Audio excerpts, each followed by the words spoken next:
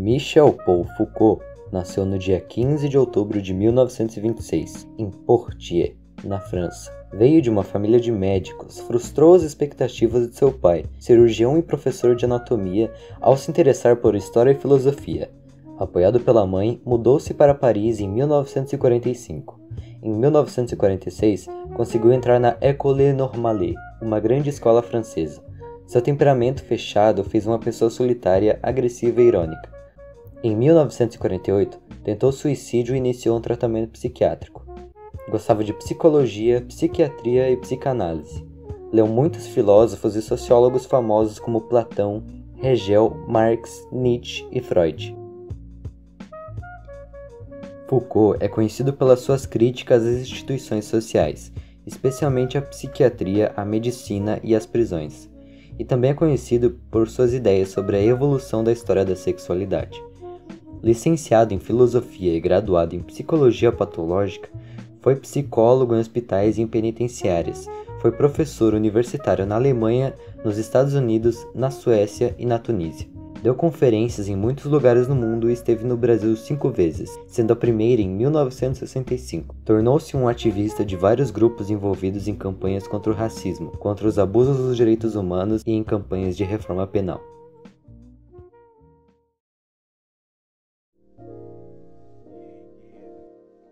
Suas obras podem ser definidas em 3 categorias: os textos, chamados de ditos e escritos, seus cursos, que administrava desde 1970 até 1984, seus livros, como por exemplo Vigiar e Punir, Microfísica do Poder, História da Loucura, As Palavras e Coisas, A Vontade de Saber. No livro Vigiar e Punir, Foucault explica o nascimento das prisões e das instituições disciplinares. Fala também sobre os outros espaços de disciplinamento além das prisões.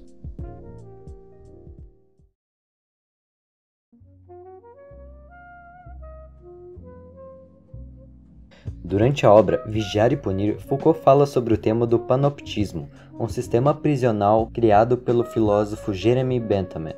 O panóptico é um presídio com uma torre de observação centralizada com celas em forma circular ao redor da torre, fazendo com que quem estiver na torre vigie a todos sem ser visto, fazendo os presos estarem em um frequente estado de autovigilância, pois sabem que eventualmente alguém estará os observando.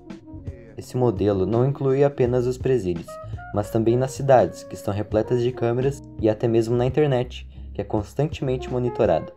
Outra instituição que foi inspirada por esse modelo são as escolas, que por meio de suas arquiteturas possibilita a vigilância de estudantes e professores.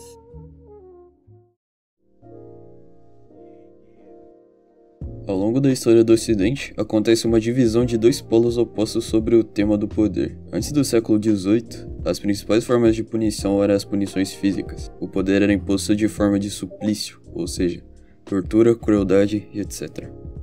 Como conta no início do livro, Robert François, em 1757, condenado por parricídio. Sua sentença era ter a carne dos braços, das coxas e da barriga arrancada por tenazes, a mão direita segurando a faca que serviu como arma do crime, queimada com fogo de enxofre, as feridas cobertas por chumbo derretido, óleo fervente, piche, cera quente e enxofre, corpo puxado e desmembrado por 4 cavalos e o cadáver reduzido a cinzas, e elas espalhadas ao vento. As tenazes, embora eram afiadas, não foram suficientes para arrancar a carne com facilidade, fazendo com que o carrasco dar vários puxões antes de conseguir. Os cavalos sozinhos não puderam desmembrá-lo. Usaram uma faca para cortar a carne até quase o osso, assim finalmente conseguindo arrancar os braços e as pernas. Uma vez retiradas as 4 partes, desceram os confessores para lhe falar, mas um carrasco informou-lhes que ele já estava morto, embora, na verdade, eu visse que o homem se agitava, mexendo o maxilar inferior como se falasse. Um dos carrascos chegou até mesmo dizer um pouco depois que, assim que eles levaram o tronco para lançar a fogueira, ele ainda estava vivo.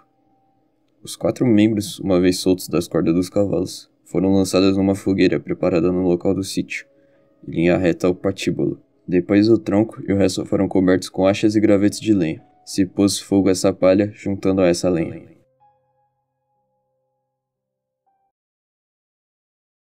Após o século XVIII, com o surgimento da sociedade moderna e com os princípios iluministas, o racionalismo, o naturalismo, o liberalismo, a igualdade perante a lei e o anticlericalismo criam uma grande ponte de passagem. Assim surgem normas, que permitem separar os indivíduos em regras. E também surgem novas formas de punição, as domesticadoras, instituições que punem o indivíduo e uma tortura não física, mas sim o psicológico à alma. Nessa forma de punição mais racionalista, a penalidade é versátil. Ela pune o corpo, disciplina a alma e dociliza o indivíduo. No livro Microfísica do Poder, publicado em 1979, Foucault entende o poder como uma relação, rompendo a tradição marxista. Marx entendeu o poder como uma relação de dominação econômica, que deixa as classes centralizadas no poder. Poder é algo que se exerce. Ninguém está fora das relações de poder. Para ele, ninguém contém completamente o poder o tempo todo. Poder é algo que atua sobre os corpos e está nas micro-relações ou nos microespaços. Dentro de famílias, por exemplo, como relações de poder entre irmãos ou entre pai e filho e vice-versa. Daí vem o título do livro Microfísica do Poder.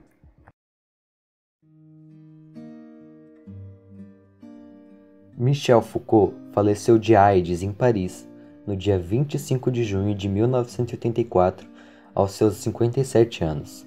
Foi um grande pensador contemporâneo, defendeu as minorias, lutou contra os preconceitos raciais e defendeu movimentos sociais. Ainda hoje é inspiração para pensadores da atualidade.